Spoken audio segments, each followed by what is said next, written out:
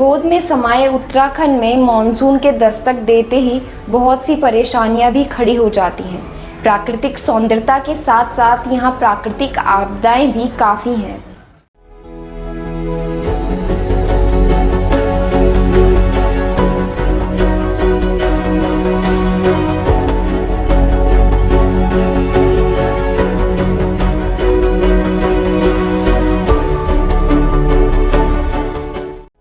उत्तराखंड के अलग राज्य बनने से लेकर अब तक देखें तो जून 2013 में सबसे बड़ी आपदा आई थी।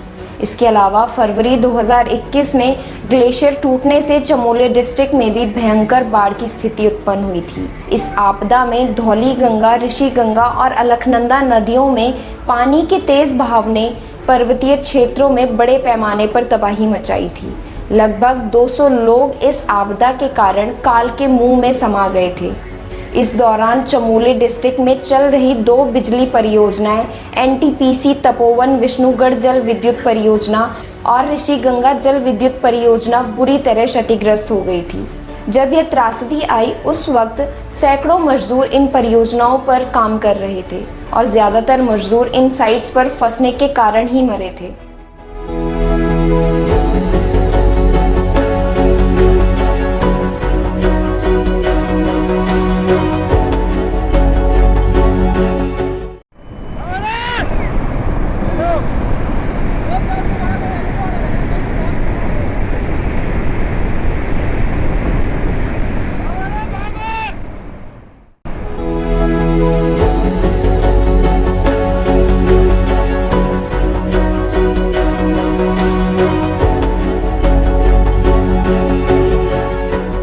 ग्लेशियर्स क्या होते हैं? ग्लेशियर शब्द सुनकर बर्फ के बड़े बड़े पहाड़ दिमाग में आने लगते हैं। यह बिल्कुल सही है, ग्लेशियर बर्फ के पहाड़ ही होते हैं। कई सालों से पहाड़ों पर जमी हुई बर्फ होती है। वहाँ का तापमान इतना कम होता है कि नई बर्फ गिरती रहती है, पर पुरानी बर्फ को पिघलने का समय नहीं मिल पाता। इन बर्फीले पहाड़ों की बर्फ इतनी ज़्यादा होती है कि यह अपना वज़न तक नहीं झेल पाती और यह तैरती रहती हैं। जैसे नदी में पानी बहता है, ठीक वैसे ही यह बर्फ़ भी बहती है और ग्लेशियर्स लेक बनाती है। ग्लेशियर लेक ही नदियों का अवतरण करते हैं। जब यह ग्लेशियर फ्लो करते हैं तो बर्फ़ के नीचे जो चट्टान और पत्थर होते हैं वे भी तैरने लगते हैं। आज की स्थिति का आपको पता ही है। आजकल ख़राब और गर्म मौसम की वजह से ग्लेशियर्स कितनी तेज़ी से पिघल रहे हैं। चमोली में आई बाढ़ में भी ऐसा ही कुछ हुआ था। नंदा देवी ग्लेशियर का एक हिस्सा टूटा जिससे अलकनंदा नदी में मलबा भर आया था और यह त्रासदी की स्थिति उत्पन्न हुई।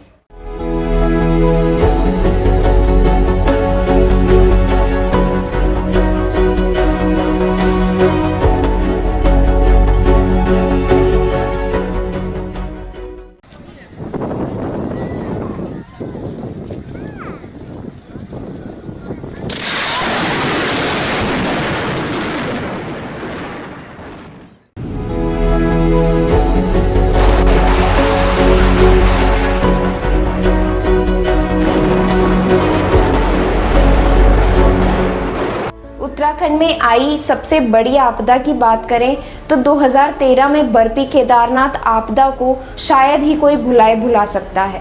हम सब के लिए यह एक आपदा न सिर्फ चेतावनी थी बल्कि हमें सचेत करने के लिए भी थी। 16 जून 2013 को केदारनाथ में आई इस आपदा में 5000 से ज़्यादा लोग या तो मारे गए या लापता हो गए थे।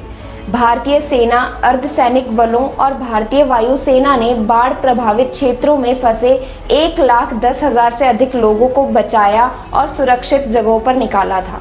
लगभग 10 से 12,000 सार्वजनिक स्थानों व घरों को क्षति पहुंची थी। इसके अलावा 35,000 से ज़्यादा इमारतों को आंशिक नुकसान हुआ था।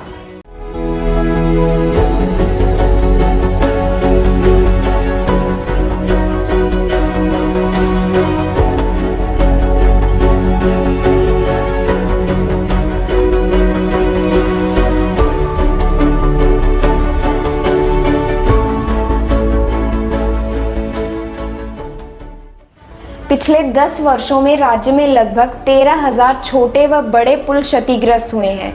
जबकि 7,000 से अधिक सड़कें तहस नहस हुई हैं।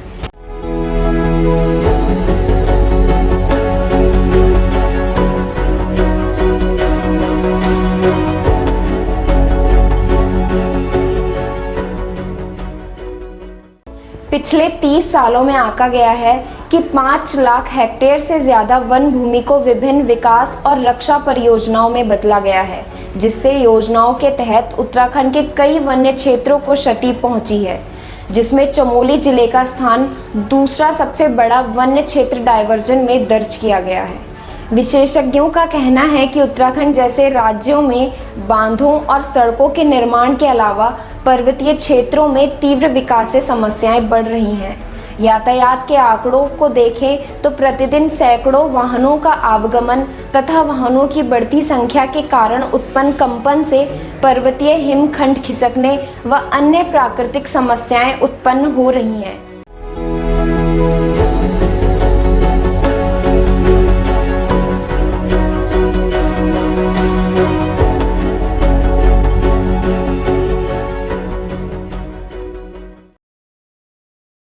उत्तराखंड में आई इन आपदाओं से हमें यही समझ में आता है कि हम प्रकृति के साथ जितना ज़्यादा खिलवाड़ कर रहे हैं, उतना ही ज़्यादा प्रकृति अपना कहर बरपा रही है।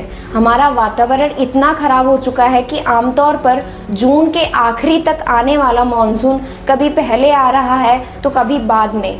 साल 2013 में जब केदारनाथ आपदा आई थी तो मानसून जून महीने के बीच में ही आ चुका था, और इस साल देखें तो इस साल मानसून 10 दिन लेट आया है।